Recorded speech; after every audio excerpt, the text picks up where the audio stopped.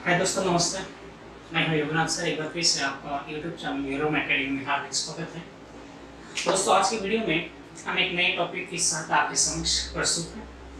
आज के टॉपिक का नाम है काल। वैसे छोटी क्लासेस से लेकर आज तक आपने काल के बारे में पढ़ा होगा। काल यानी कि टेंस, राइट। थोड़ा सा विस्तार से आज एक बार फिर से इसको देखें हम। दोस्तों, काल यानी टेंस यानी समय, इस प्रकार इस शब्द का अर्थ हम बता सकते हैं। काल के मुख्य 3 भेद किए जाते हैं, जैसे वर्तमान काल यानी प्रेजेंट टेंस, भूतकाल यानी पास्ट टेंस तथा भविष्य काल यानी फ्यूचर टेंस। इस प्रकार के 3 काल किए जाते हैं। तो आइए दोस्तों देखते हैं एक एक काल को और उसके उपभेद को। पहला है हमारा भूतकाल यानी पास्ट टेंस। पास्ट टेंस यानी जो समय या जो कार्य बीते हुए समय में किया गया हो, ऐसे बीते हुए समय में किया गया कार्य भूतकाल कहलाता है। बीते हुए समय में की गई क्रिया भूतकालीन क्रिया कहलाती है। तो इस प्रकार दोस्तों भूतकाल का अर्थ हुआ। भूतकाल के करीबन 6 उपभेद किए जाते हैं। कितने? 6। पहला होता है सामान्य भूतकाल, देन अपूर्ण भूतकाल, देन आसन्न भूतकाल, उसके बाद संदिग्ध भूतकाल, 5वां है पूर्ण भूतकाल और 6वां है हेतुमत भूतकाल। तो इस प्रकार 6 भेद भूतकाल के किए जाते हैं। आइए एक एक को देखें। सामान्य भूतकाल पहला उपभेद है। सामान्य भूतकाल यानी कोई ऐसी भूतकालीन क्रिया या भूतकालीन ऐसी क्रिया का रूप जिससे हमें वह क्रिया भूतकाल में सामान्य रूप से घटित होने का बोध होता है। एक बार फिर से रिवाइज करता हूं। भूतकालीन क्रिया का वह रूप जो हमें इस बात का बोध कराता है कि क्रिया भूतकाल में सामान्य रूप से हुई है। तो इस प्रकार का क्रिया रूप सामान्य भूतकाल कहलाता है। फॉर एग्जाम्पल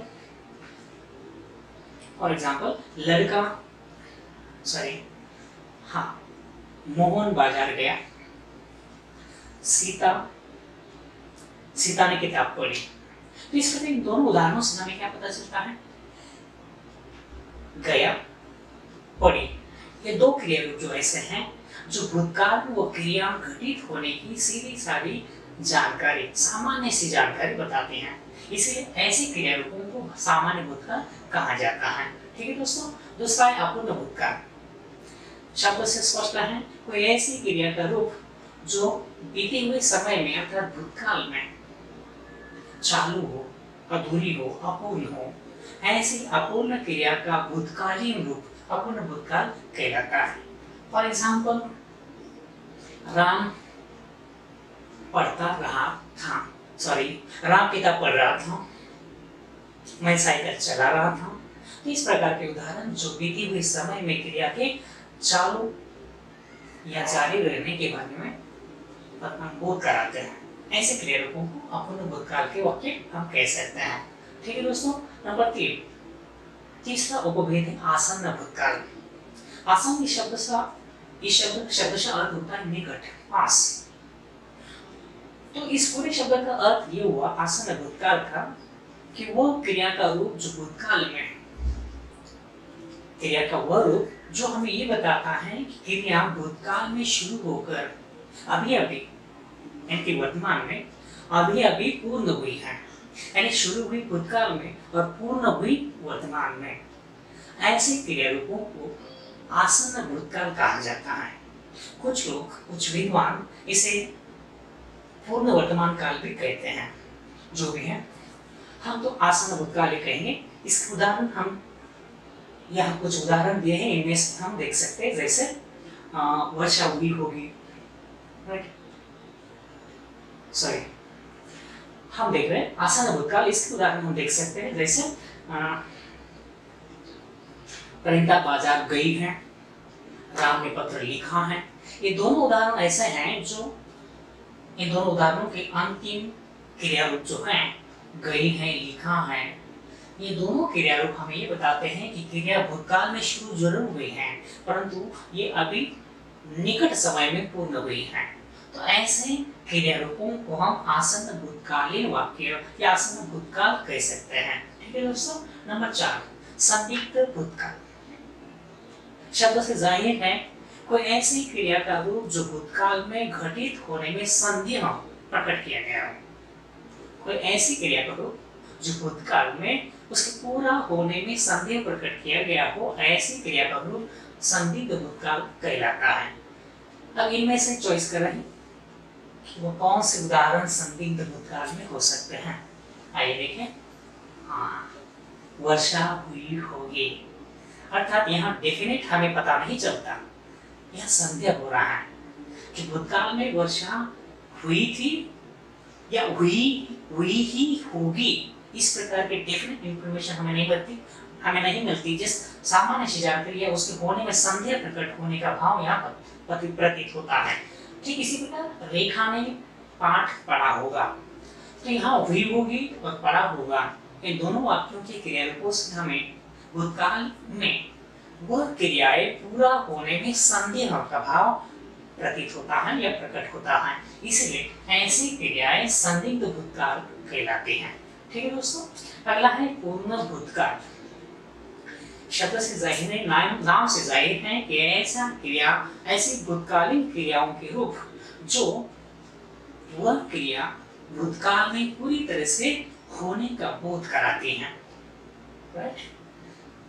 भूतकालीन वह क्रियाओं के रूप जो हमें ये बोध कराती हैं कि क्रियाएं भूतकाल में पूरी हुई हैं। अब इनमें से हम इसको चूज करें, पूर्ण भूतकाल के कौन से उदाहरण हो सकते हैं। यस देखें। हाँ, राइट। पूर्ण भूतकाल, रेलगाड़ी आ चुकी थी, हिरोशिमा पर अणुबॉम्ब गिराया गया था। यहाँ देखिए दोस्तों, आ चुकी थी, गिराया गया था, इन दोनों वाक्यों की एक क्रिया रूप ऐसे हैं जो हमें ये बताते हैं कि क्रियाएं भूतकाल में शुरू हुई और भूतकाल में ही कंप्लीट भी हुई, पूरी भी हुई। तो इस प्रकार के क्रियाओं के पूरा होने का भाव, पूरा होने का बोध कराने वाली क्रिया रूपों को पूर्ण भूतकाल की क्रियाएं हम कह सकते हैं। ठीक है दोस्तों। आखिरी छठा जो है वह है हेतु हेतुमत भूतकाल। हेतु हेतुमत भूतकाल का अर्थ ये होता है कि ऐसी क्रियाएं जो भूतकाल में तो होती हैं परंतु इनके होने में एक प्रकार का शर्तीय भाव होता है। शर्तीय भाव यानी कि कार्य कारण भाव जिसे हम कहते हैं, इस प्रकार का भाव होता है।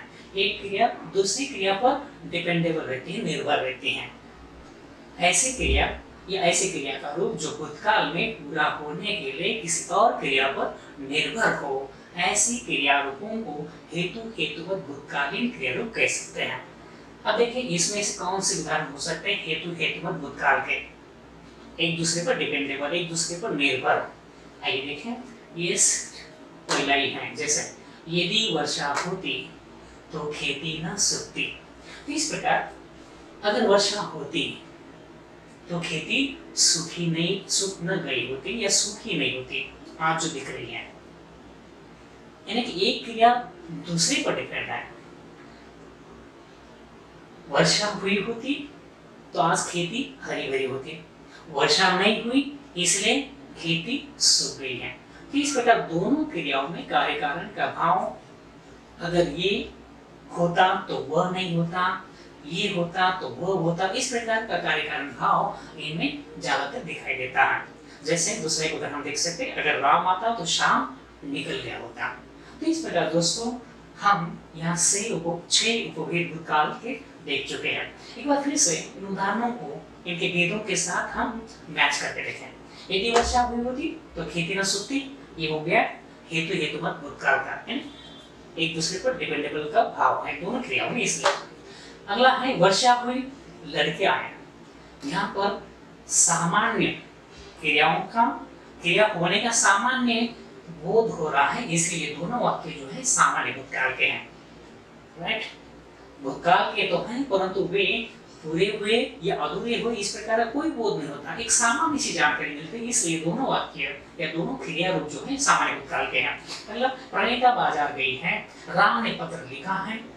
इन दोनों उदाहरणों में दोस्तों गई है, लिखा है, इन दोनों उदाहरणों में क्रिया भूतकाल में शुरू हुई थी परंतु निकट वर्तमान काल में या अभी अभी पूरी हुई है, इसलिए ये दोनों क्रिया रूप कौन से हैं? तो आसन्न भूतकाल के हैं। राइट, जैसे कि हमने उसका परिभाषा या अर्थ बताया था उसके अनुसार। अगला है गीता गा रही थी, मैं कविता लिख रहा था। ये दोनों ही क्रिया रूप या दोनों ही वाक्य अपूर्ण वर्तमान काल अपूर्ण भूतकाल के उदाहरण हैं। राइट, क्योंकि यहाँ क्रिया के अधूरे होने का पता चलता है। नेक्स्ट 8वां है वर्षा हुई होगी, रेखा ने पाठ पढ़ा होगा। यहाँ दोनों वाक्यों का अंतिम क्रिया रूप हुई होगी, पढ़ा होगा। ये क्या बताता है? क्रिया के होने में एक प्रकार का संदेह प्रकट करते हैं। इसे ऐसे संदेह प्रकट करने की वजह से ये दोनों क्रिया रूप या दोनों उदाहरण संदिग्ध भूतकाल के उदाहरण हैं। अगला रेलगाड़ी आ चुकी थी, हिरोशिमा पर अणुबम गिराया गया था। यह दोनों ही वाक्यों में क्रियाएं भूतकाल में शुरू हुई और भूतकाल में ही पूरी हुई। शुरू भी स्टार्ट भी भूतकाल में हुई और कंप्लीट भी भूतकाल में ही हुई। दोनों ही क्रियाएं उनके पूर्ण होने का भाव बताती हैं, इसलिए ये दोनों ही पूर्ण भूतकाल के उदाहरण हैं। ठीक है दोस्तों, अब बारी है वर्तमान काल के। राइट, वर्तमान काल यानी प्रेजेंट टेंस, जो समय चल रहा है हम उसको वर्तमान काल कहते हैं। इसके 3 उपभेद होते हैं दोस्तों। कितने? 3। पहला होता है सामान्य, दूसरा होता है अपूर्ण, तीसरा होता है संदिग्ध। सामान्य कोई क्रिया जो वर्तमान कालीन हो। ऐसी वर्तमान कालीन क्रिया का रूप हमें सिर्फ ये बताएं कि क्रिया वर्तमान काल में घटी है, एक सामान्य सी जानकारी।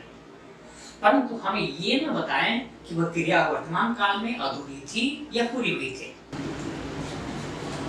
अपूर्ण वर्तमान काल में वह वर्तमान कालीन क्रिया का रूप जो हमें ये बताता है कि क्रिया वर्तमान काल में शुरू हुई है परंतु अभी कंप्लीट नहीं हुई है, यानी कि क्रिया चालू है। क्रिया के पूर्ण होने का बोध जिस क्रिया रूप से नहीं होता और उसके सातत्य का चलने का बोध होता है, ऐसे क्रिया रूप को हम वर्तमान कालीन क्रिया या वर्तमान काल अपूर्ण वर्तमान काल कहते हैं। तीसरा संदिग्ध, अर्थात कोई ऐसी वर्तमान कालीन क्रिया का रूप जिसके घटित होने में संदेह का भाव प्रकट हो, संदेह का भाव प्रतीत हो या प्रकट हो, ऐसे क्रिया रूप को संदिग्ध वर्तमान काल हम कहते हैं। ठीक है दोस्तों, सामान्य यानी वर्तमान कालीन क्रिया का वह रूप जो हमें वर्तमान कालीन क्रिया का सामान्य सा बोध कराता है। राइट, उसकी कंप्लीट होने या अधूरेपन का कोई बोध नहीं कराता। दूसरा अपूर्ण वर्तमान काल यानी वह क्रिया जो वर्तमान में शुरू हुई है और अभी भी चालू है, उसके कंप्लीट होने का बोध नहीं होता। राइट, वो अपूर्ण वर्तमान काल। संदिग्ध यानी कोई ऐसी वर्तमान कालीन क्रिया जिसके पूरा होने में संदेह प्रकट किया जाए, संदिग्ध वर्तमान कालीन क्रिया हम उसे कहते हैं। आइए इन उदाहरणों में से हम इन तीनों उपभेदों के अनुसार को मैच करें। पहला, शाम पड़ता होगा, राधा प्रतीक्षा कर रही होगी। यहाँ पर क्रिया का वाक्य का अंतिम पद देखो, पड़ता होगा, कर रही होगी। यहाँ पर दोस्तों क्रिया का जो है पड़ता होगा, कर रही होगी, क्रिया के होने में संदेह प्रकट किया जा रहा है। क्रिया के होने में डेफिनेट यानी कि निश्चित क्रिया होने का भाव, क्रिया के होने का बोध नहीं होता। यहाँ क्रिया के होने में संदेह दिखाया जा रहा है, इसलिए दोनों उदाहरण संदिग्ध वर्तमान कालीन उदाहरण हैं। ठीक है दोस्तों, अगला है रमेश पत्र लिखता है, गीता गाती है। लिखता है, गाती है, ये दोनों क्रिया रूप ऐसे हैं जो हमें सिर्फ ये बताते हैं कि क्रिया वर्तमान काल में हुई है। हमें ये नहीं बताती कि क्रिया अपूर्ण है या पूरी हुई है। एक सामान्य सी जानकारी सिर्फ इन दोनों क्रिया रूपों से हमें पता चलती है, इसलिए ये दोनों ही क्रिया रूप कौन से हैं? सामान्य वर्तमान काल के। ठीक है दोस्तों, अगला है मोहन साइकिल चला रहा है, यश किताब पढ़ रहा है। यहाँ पर क्रिया रूप देखो, क्रिया रूपों पर फोकस करो। चला रहा है, पढ़ रहा है, ये दोनों क्रिया रूप क्या बताते हैं? अर्थात इन दोनों क्रिया रूपों से जाहिर है कि क्रिया वर्तमान काल में शुरू हुई है और अभी कंप्लीट नहीं हुई है। अर्थात दोनों ही क्रिया रूपों से क्रिया के अपूर्ण होने का बोध, अपूर्ण होने का ज्ञान हमें मिलता है, इसीलिए ये दोनों ही अपूर्ण वर्तमानकालीन उदाहरण हैं। ठीक है दोस्तों, अगला है तीसरा भविष्यकाल। भविष्यकाल, आप इसका अर्थ जानते हैं, इसकी परिभाषा जानते हैं। भविष्यकाल में फ्यूचर टेंस, आने वाला समय यानी भविष्यकाल कहलाता है। ठीक है दोस्तों, इसके भी 3 उदाहरण कहलाते हैं, 3 उपभेद, सॉरी इसके भी 3 उपभेद होते हैं। पहला सामान्य भूतकाल, सामान्य भविष्यकाल, संभाव्य भविष्यकाल और सातत्य बोधक भविष्यकाल। सामान्य, जैसे सामान्य भूतकाल था, सामान्य वर्तमान था, उसी तरह सामान्य भविष्यकाल भी होता है। सामान्य अर्थात कोई ऐसी क्रिया का रूप जो हमें क्रिया भविष्यकाल में होने की सामान्य जानकारी दे। ऐसी क्रिया का भविष्यकालीन रूप, ऐसी क्रिया जो भविष्यकालीन घटित होने का सामान्य भाव बताते हैं। मैं वापस रिवाइज करता हूँ। भविष्यकालीन ऐसी क्रिया का रूप जो हमें इस बात का एहसास कराती है कि क्रिया सामान्य रूप से भविष्य में घटित हुई है, सामान्य भविष्यकाल कहलाती हैं। दूसरा संभाव्य भविष्यकाल, इसमें ऐसी क्रिया जो भविष्यकाल में या आने वाले समय में होने की संभावना प्रकट करती है। भविष्यकालीन ऐसी क्रिया का रूप जो हमें इस बात का एहसास कराता है कि क्रिया जो है आने वाले समय में होने वाली है, अर्थात आने वाले समय में क्रिया के होने की संभावना जिस क्रिया रूप से हो वह संभाव्य भविष्यकाल कहलाता है। तीसरा है सातत्य बोधक, क्रिया का भविष्यकालीन वह रूप जो हमें ये बताता है कि क्रिया जो भविष्यकाल में होने वाली है वह जारी रहेगी, अर्थात उसमें एक प्रकार का अखंडितपन दिखेगा। सातत्यपूर्ण भाव उस क्रिया रूप से पता चलता है। ऐसे सातत्य या जारी रहने का बोध कराने वाले क्रिया रूप को हम सातत्य बोधक भविष्यकाल कहते हैं। ठीक है दोस्तों, अब इन उदाहरणों के द्वारा इनसे मैच करते हैं, अर्थात भविष्यकालीन उपभेदों के साथ। देखिए, बाबूलाल आपके काम आता रहेगा, पहला उदाहरण। दूसरा, मैं रोजाना पुस्तकालय जाऊंगा, आता रहेगा, रोजाना जाऊंगा। इनसे क्या पता चलता है दोस्तों कि क्रिया जो भविष्यकाल में आने वाले समय में होने वाली है। पहली बात तो क्लियर है कि क्रिया भविष्यकालीन है। दूसरी बात, आता रहेगा, रोजाना जाऊंगा, ये क्रिया रूप क्या बताते हैं? दूसरा महत्वपूर्ण पॉइंट जो है इसमें कि भविष्यकालीन क्रिया होने के साथ साथ वह क्रिया जिसमें सातत्य है, अखंडितपन है, क्रिया के जारी रहने का भाव है, इनसे पता चलता है। रोजाना जाऊंगा, आता रहेगा, तो इस प्रकार एक के बाद एक हमेशा क्रिया जो है चलते रहने का बोध, जारी रहने का बोध इनसे होता है, इसीलिए इन्हें हम क्या कहेंगे? सातत्य बोधक भविष्यकालीन रूप, अर्थात सातत्य बोधक भविष्यकाल। दूसरा, अगला तीसरा उदाहरण, वह खेलेगा तुम पढ़ोगे। यहाँ पर दोस्तों खेलेगा, पढ़ोगे, खेलेगा और पढ़ोगे, ये दोनों क्रिया रूप ऐसे हैं जो हमें भविष्यकालीन भविष्यकाल में क्रियाओं के सामान्य रूप से होने का बोध कराते हैं। राइट, वह खेलेगा, तुम पढ़ोगे, इन दोनों उदाहरणों से जो क्रिया रूप है, पढ़ोगे या खेलोगे, इनसे हमें इतना ही पता चलता है कि क्रिया खुद का भविष्यकाल में होने वाली है। भविष्यकाल में क्रिया के सामान्य रूप से होने का बोध या क्रिया का सामान्य रूप से होने का ज्ञान हम इन उदाहरणों से होता है, इसलिए इन्हें सामान्य भविष्यकाल हम कहेंगे। अगला उदाहरण है, शायद रोहन चला जाए या संभवतः मैं नौकरी छोड़ दूं। इस प्रकार शायद और संभवतः इन दो शब्दों पर गौर कीजिएगा दोस्तों। ये दोनों शब्द हमें इस बात की ओर संकेत करते हैं कि क्रिया भविष्यकालीन तो है ही, परंतु भविष्यकालीन क्रिया होने के साथ साथ वह संभाव्य है, अर्थात भविष्यकाल में ये दोनों क्रियाओं के होने की संभावना इन दोनों शब्दों से हमें पता चलती है। इसलिए शायद रोहन चला जाए या संभवतः मैं नौकरी छोड़ दूं, दोनों उदाहरण संभाव्य भविष्यकाल के उदाहरण हैं। ठीक है दोस्तों, क्योंकि शायद और संभवतः हमें क्रियाओं के घटित होने के बारे में संभावना बताते हैं। तो इस प्रकार हमने यहाँ काल जो मुख्य 3 प्रकार के हैं और उसके कुछ उपभेदों के साथ हमने यहाँ पर बहुत ही अच्छे से जाना। उम्मीद है आज का टॉपिक अर्थात काल को आपने भी समझा होगा, समझा होगा, जाना होगा। उम्मीद है वीडियो आपको पसंद आया होगा।